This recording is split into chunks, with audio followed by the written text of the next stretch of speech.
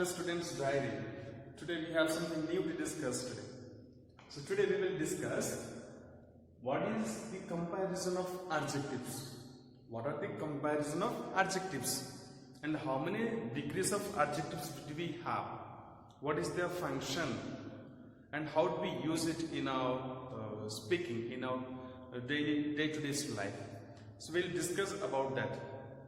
So come on, let us start our lesson. So we have three kinds of degrees of adjective. Three kinds of degrees of adjective. The first one is positive degree, and the second one is comparative degree, and the third one is superlative degree. Actually, why do we have these three degrees? We have these three degrees of adjectives. You know why? It is only because to compare things one from the other, or to make a superlative of something, or to make something highest of something. So for that use we have this comparison of adjectives, so that with this help of three degrees we can compare the adjectives into their proper category.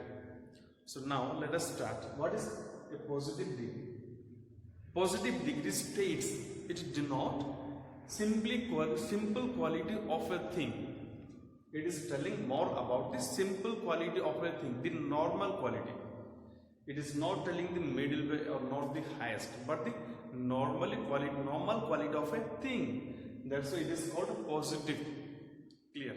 And for example, positive degree we use when we want to state something in a normal way. We use positive degree. We say that he is clever. Yeah, it is normal that he is clever. So we are telling that his cleverness is up to the mark. Means his cleverness is average. It's not lower, not higher, but it is normal way. Then comparative degree. It is higher degree of equality. So comparative degree is the higher degree of equality. Here we discuss, it denotes, the positive degree denotes the simple degree of equality, the simple quality of a thing. Whereas the comparative degree, it deals with the higher degree of quality. It is little more than the positive one. It is the middle way. Clear? So here in comparative degree, what we do, we compare one thing from the other. So when we want to compare one thing from the other, we use comparative degree. And remember, in order to find out a comparative adjective, always try to remember the word than. What is that? Than. If you find in a sentence than, then you can say that it is comparative degree. In order to make comparative, we need to use the word than. Now let us come to the superlative. What is the function of superlative? The function of superlative degree is, it is the higher degree of a thing. It is the normal degree or normal quality. It is the little more than that, the higher quality, and that is the highest. Means that is the topmost level of the quality. Above that there is no quality, means that is the highest, the peak of the quality, because so that the topmost quality. Again, above that there is nothing. So where to use superlative degree? We use superlative degree of adjective when we want to separate one thing from the other things, or one thing from a class, or one person from a class. That time we said that superlative degree. The superlative degree, the function of this degree is only to make a person highest, to make a person particular. When we use this superlative degree, the person or the things becomes particular. Let us deal it with an example. Now, see the word clever, cleverer, cleverest. We say that Ram is a clever boy.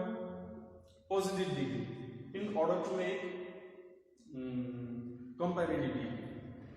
In order to have this comparative degree, we should have at least two persons to discuss when we speak about two persons or somebody is higher than the other, that time we use this comparative degree. Remember, for example, now, so Ram is the clever boy.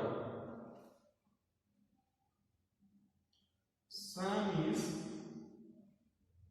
cleverer than Ram. So in the second sentence, we spoke about two persons. The persons are Sam and Ram. So in the first sentence, we saw that Ram is a clever boy. He's a normal, the degree of his cleverness is normal. Whereas Sam, so Sam is more cleverer.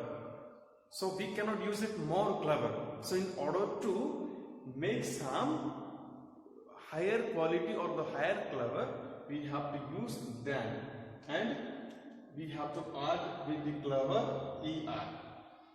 Clear? So in order to make the comparative degree, remember we have to use than and we have to also add er with the positive degree. With the positive degree, we need to add er in order to make comparative degree, and we need to add than to that. So here, Sam is cleverer than Ram. So it means that Ram's a cleverer. The degreeness of cleverness, the degree of cleverness of Sam is more than the degree of cleverness of Ram. That means that. But when we use the superlative,